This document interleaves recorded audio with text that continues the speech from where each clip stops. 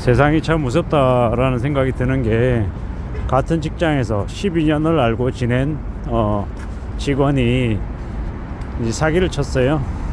그래서 이제 2억 원의 사기를 이제 친 건데, 그게 그 사람 한 명에게만 2억 원 사기를 친 게 아니라 이 주변에 이 무수히 많은 사람들에게, 이 여러 명에게 이제 사기를 대대적으로 친 겁니다.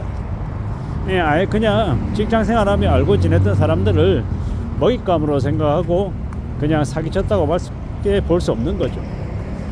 되게 호탕하고 되게 이 씀씀이도 크고, 주변 사람들에게 인심을 많이 얻어서 되게 좋은 사람으로 평판이 이제 갖춰져 있던 사람인 겁니다. 근데 이제 그런 사람이 이제 믿음을 이제 오랫동안 이제 구축해 놓고 그 믿음을 바탕으로 이제 사기를 친 거죠.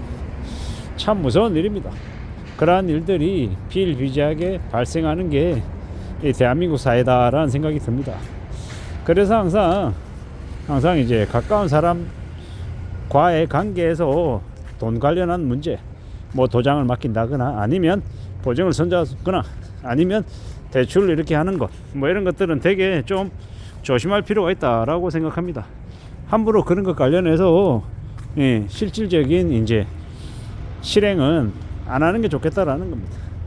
아무리 마음을 많이 쓰고 아무리 진짜 둘도 없는 사이라고 해도 돈 거래는 안 하는 게 좋을 것 같습니다.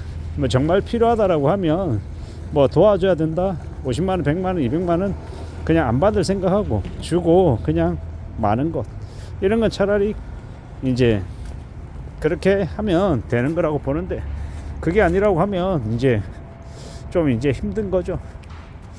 우리가 살아가는 시대에 이 언제 어느 때고 이제 되게 어려운 상황에 놓일 수 있다라는 거, 생각지도 못한 그런 충격, 위기 이런 것들을 겪지 않기 위해서는 항상 신중하게 뭔가를 결정하는 게 제일 좋을 것 같습니다.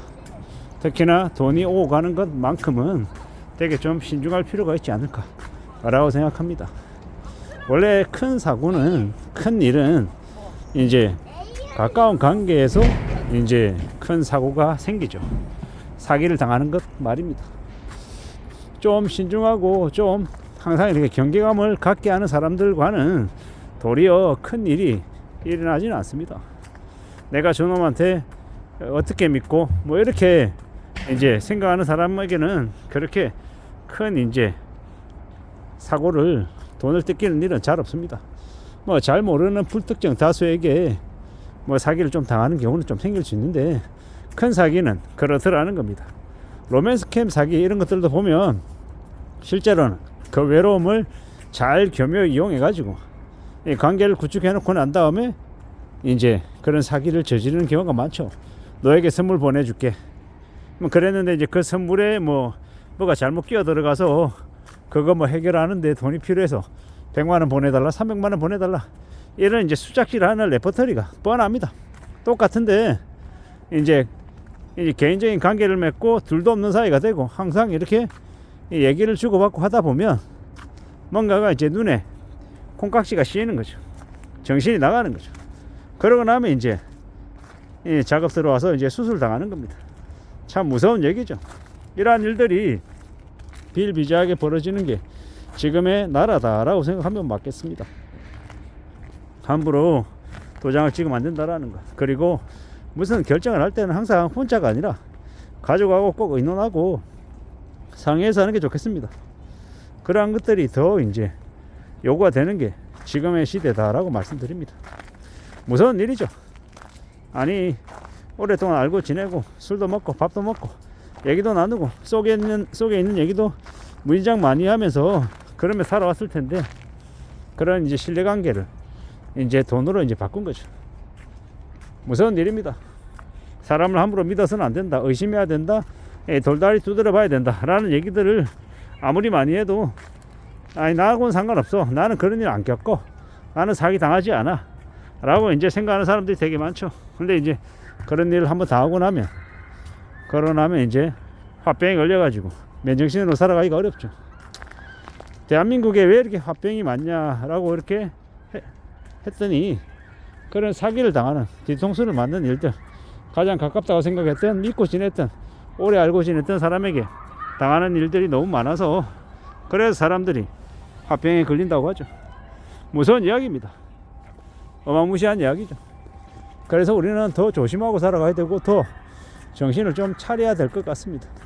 살아간다라는 게 결코 만만하지 않다라는 생각을 하고, 좀 어떻게 살아야 될지를 좀 궁리하는 게 더욱더 필요한 것 같습니다.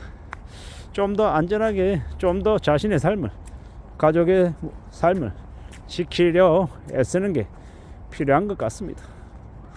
우리는 절대로 100% 누군가를 믿는 건 좋은 모습이 아닌 것 같습니다. 특히나 부모, 형제까지도 말입니다. 돈 앞에서는 부모, 자식 간에도, 형제 간에도 뭔가 좀 틀어지는 경우가 종종 발생합니다. 나도 가족이 있고, 이제 형제들도 가족이 있고 하면 개인 대 개인이 아닐 수 있다라는 겁니다. 그리고 자신이 처한 상황에 따라서 또 다를 수도 있다라는 거. 믿기 어렵지만 친동생이 친형을 상대로 사기치는 그런 막장도 있습니다. 어처구니가 없죠. 뭐 온라인 도박에 빠진 건지 뭐에 빠진 건지, 그냥 현재도 그냥 눈에 안 보일 정도로 그렇게 개막장 사기를 치는 놈들이 있더라는 겁니다. 그런 거 보면 함부로 형제라고, 자매라고, 또 부모라고 함부로 그냥 그대로 고지것대로 믿어서도 안 되겠습니다. 부모, 자식 간에도 의절할 정도로 되게 경제적인 부분으로 뒤통치는 일들이 발생하는 게 지금의 시대다라는 겁니다. 참 깜짝깜짝 놀라고 믿기 어려운 일들이죠. 그런 믿기 어려운 일들이 너무 많이 발생한다라는 거. 그래서 우리가 더 이 험한 세상을 잘 좀 내다볼 필요가 있는 것 같습니다.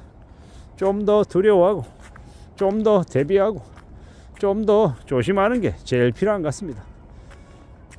그리고 지금의 이 시대에 우리가 함부로 도장치지 않고 자기의 삶에 이 남이 어떻게 사는지 이런 것들에 대한 관심보다 자기 자신에 대해서 좀 더 관심을 가지고 좀 더 열심히 살려고, 이 자신의 재능도 좀 키우고, 자신의 삶 속에서 뭔가 즐거움, 그리고 좀 좋아질 수 있는 것들, 이런 것들을 살펴보는 것, 그게 아마 제일 좋을 것 같습니다.